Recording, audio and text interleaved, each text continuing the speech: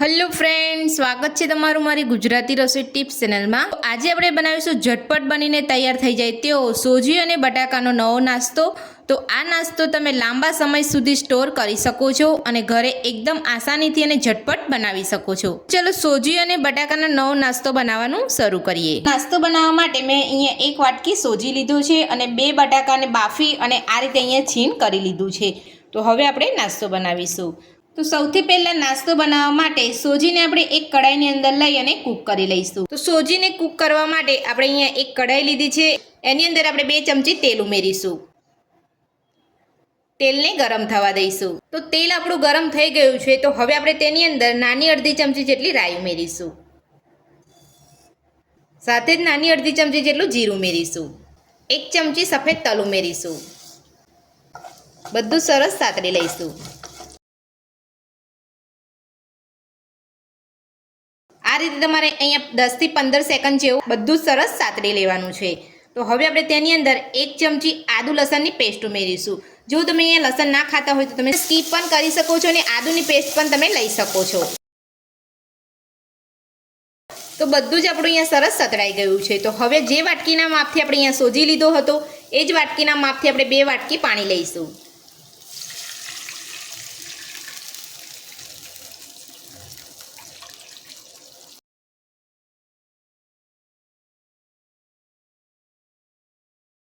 તો પાણી ઉમેરીને આપણે અહીંયા બધું સરસ મિક્સ કરી લીધું છે। તો હવે આપણે તેની અંદર સ્વાદ પ્રમાણે મીઠું ઉમેરીશું। તો મીઠું ઉમેર્યા પછી અડધી ચમચી આપણે ચીલી ફ્લેક્સ ઉમેરીશું। આ રીતનું તમારે ચીલી ફ્લેક્સ તમારી પાસે ના હોય તો તમે લાલ મરચાં પાવડરનો ઉપયોગ કરી શકો છો। તો ચીલી ફ્લેક્સ ઉમેરી અને આપણે બધું સરસ મિક્સ કરી લઈશું અને પાણીની અંદર એક ઉભરો આવવા દઈશું।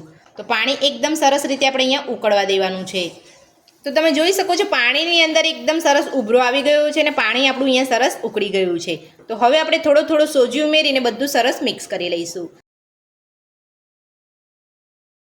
તો આ રીતે તમારે થોડો થોડો સોજી ઉમેરીને બધું સરસ મિક્સ કરી લેવાનું છે। જો તમારી પાસે આ રીતનો મોટો સોજી ના હોય અને જો તમારી પાસે અહીંયા રવો હોય તો તમે રવો પણ લઈ શકો છો। તો સોજી કરતાં રવો ઝીણો આવતો હોય છે, એટલે આપણે અહીંયા તમે રવાનો ઉપયોગ પણ કરી શકો છો। તો આ રીતે તમારે સોજી થોડો થોડો ઉમેરતા જઈ અને બધું સરસ મિક્સ કરી લેવાનું છે। તો સામટો તમારે અહીંયા સોજી નથી ઉમેરી દેવાનો। સોજી તમે સામટો ઉમેરી દેશો તો અંદર ગાંઠા પડી જશે।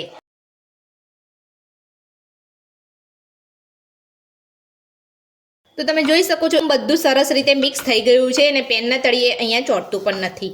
તો આ રીતે તમારે બધું સરસ અહીંયા મિક્સ કરી લેવાનું છે અને મિક્સ કરીને આ રીતે તમારે 2 મિનિટ જેટલું તમારે અહીંયા ફેરવતા રહેવાનું છે, એટલે આપણું સોજી એકદમ સરસ રીતે કૂક થઈ જશે।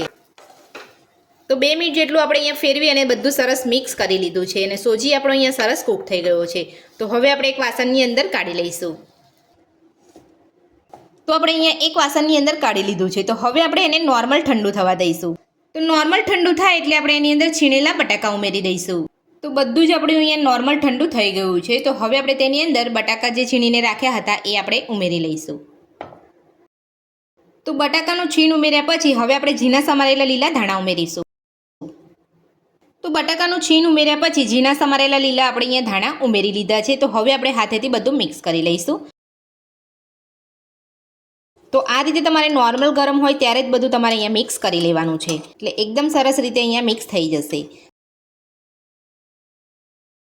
તો આ રીતે તમારે નોર્મલ ગરમ હોય ત્યારે જ બધું મિક્સ કરી લેવાનું છે। તો હવે આપણે ઉપરથી થોડું મીઠું ઉમેરી આપીશું। તો અહીંયા તમે આ રીતે મિક્સ કરી અને તમે ટેસ્ટ કરીને મીઠું ઉમેરવા માગતા હોય તો એ રીતે પણ તમે અહીંયા મીઠું ઉમેરી શકો છો। મેં અહીંયા એ રીતે જ ઉમેર્યું છે। તો હવે આપણે ફરીથી બધું સરસ મિક્સ કરી લઈશું।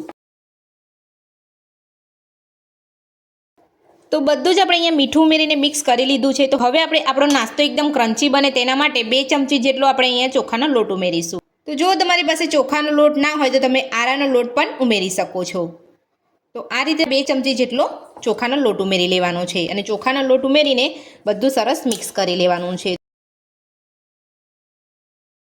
તો ચોખાનો લોટ ઉમેરીને બધું જ સરસ આપણે અહીંયા મિક્સ કરી લીધું છે અને તમે જોઈ શકો છો અહીંયા મીડિયમ કઠણ લોટ જેવું આપણે સરસ મિશ્રણ બંધાઈ ગયું છે।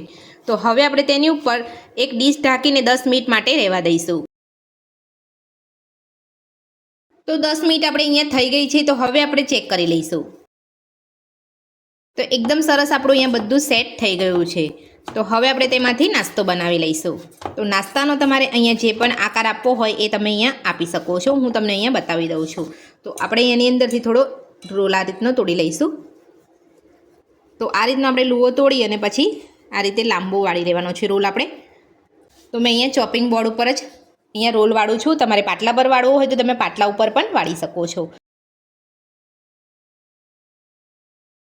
તો આ રીતનો તમારે અહીંયા મીડિયમ સાઇઝનો રોલ વાળી લેવાનો છે. તો આ રીતે આપણે બધા જ રોલ વાળી લઈશું. તો નાસ્તાના લોટમાંથી આપણે બધા જ રોલ અહીંયા વાળી લીધા છે. તો હવે આપણે કટ કરી લઈશું. તો નાસ્તાનો આકાર આપવા માટે તમારે આ રીતે કટ કરી લેવાના છે અને કટ કરો ત્યારે તમારે અહીંયા ચપ્પુની ઉપર તમારે તેલ લગાવી લેવાનું છે. એટલે આપણો લોટ અહીંયા ચપ્પુ પર ચોટે પણ નહીં અને એકદમ આસાનીથી આપણે અહીંયા કટ કરી શકીએ.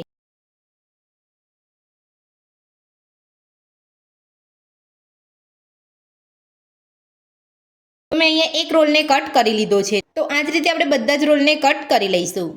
તો બધા જ રોલને આપણે અહીંયા કટ કરી લીધા છે. તો હવે આપણે નાસ્તાનો લંબગોળ આકાર આપી દઈશું. તો આપણે હાથની મદદથી આપણે અહીંયા આકાર આપવાનો છે. તો આ રીતે આપણે અહીંયા એક પીસ લેવાનો છે અને આ રીતે તમારે રોલ જેવું થોડું વારવાનું છે અને જે એનો ભાગ છે એ હથેળીની મદદથી તમારે આ રીતે થોડો દબાવી લેવાનો છે. એટલે એકદમ સરસ રીતે તમારો અહીંયા લંબગોળ આકાર થઈ જશે.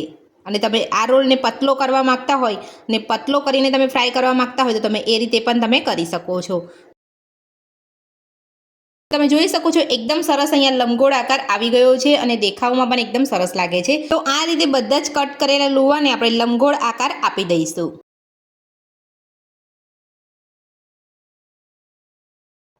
તમે જોઈ શકો છો બધા જ નાસ્તાને આપણે અહીંયા આકાર આપી દીધો છે. તો આ નાસ્તાને જો તમે વધારે બનાવીને સ્ટોર કરવા માંગતા હોય તો આ રીતે તમારે અહીંયા આકાર આપી એરટાઇટ ડબ્બાની અંદર ભરી અને તમારે ફ્રીઝરની અંદર તમે અહીંયા સ્ટોર કરી શકો છો. તો આ નાસ્તો તમે 6 મહિના સુધી સ્ટોર કરી શકો છો. તો હવે આપણે નાસ્તાને તળી લઈશું. તો નાસ્તાને તળવા માટે આપણે ગેસ ઉપર એક કઢાઈની અંદર તેલ મૂક્યું છે અને તેલ પણ આપણું અહીંયા ગરમ થઈ ગયું છે. તો હવે આપણે નાસ્તાને તળી લઈશું.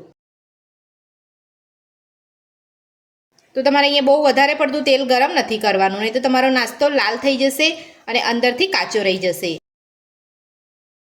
તો તમારા તેલની અંદર જેટલો નાસ્તો આવે એટલો જ તમારે અહીંયા એડ કરવાનો છે. વધારે પડતો તમારે નાસ્તો તેલમાં લઈને નથી તળવાનો.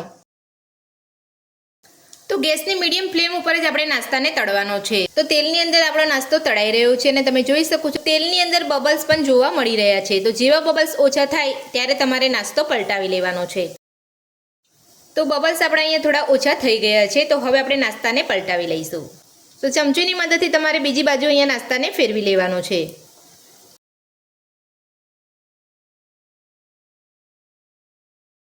તો તમે જોઈ શકો છો અહીંયા જેમ જેમ હું અહીંયા નાસ્તાને ફેરવી રહી છું તેમ તેમ બબલ્સ અહીંયા ફરી વધવા લાગ્યા છે. નાસ્તો જેમ જેમ તળાશે તેમ તેમ બબલ્સ આપણે અહીંયા ઓછા થતા જશે. તો હવે આપણે બીજી બાજુ પણ નાસ્તાને તળાવવા દઈશું.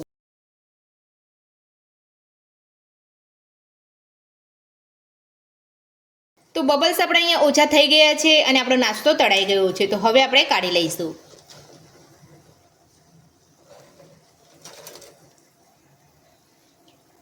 તો તમે જોઈ શકો છો એકદમ સરસ આપણો નાસ્તો અહીંયા તળાઈ ગયો છે અને અહીંયા તેલની અંદર છૂટો પણ નથી પડ્યો. તો ઠંડો થશે એટલે હું તમને બતાવી દઈશ કે એકદમ ક્રિસ્પી આપણો નાસ્તો બનીને તૈયાર થયો છે. તો હવે આપણે આ રીતે બધું જ તેલ કાઢી અને આપણે એક વાસણની અંદર લઈ લઈશું. તો આ જ રીતે બધું જ નાસ્તો આપણે તળી લઈશું. તો બધો જ નાસ્તો આપણો બનીને તૈયાર છે અને આપણે એક પ્લેટની અંદર સર્વ પણ કરી લીધો છે. તો તમે જોઈ શકો છો આપણો નાસ્તો એકદમ ક્રિસ્પી બન્યો છે. એકદમ આસાનીથી આપણો નાસ્તો અહીંયા તૂટી જાય છે. તમને અહીંયા અવાજ પણ બતાવી દઉં છું. એકદમ સરસ અવાજ પણ આવી રહ્યો છે. તો આ ક્રિસ્પી નાસ્તો બનાવવાની રીત તમને મારી કેવી લાગી મને કમેન્ટ બોક્સમાં જરૂરથી જણાવજો. મારી આ રીતે નાસ્તો બનાવવાનું ઘરે એકવાર જરૂરથી ટ્રાય કરજો. રેસીપી પસંદ આવી હોય તો વિડીયોને લાઇક કરજો, ચેનલને સબસ્ક્રાઈબ કરજો, તમારા મિત્રોને જરૂરથી શેર કરજો. Thank you.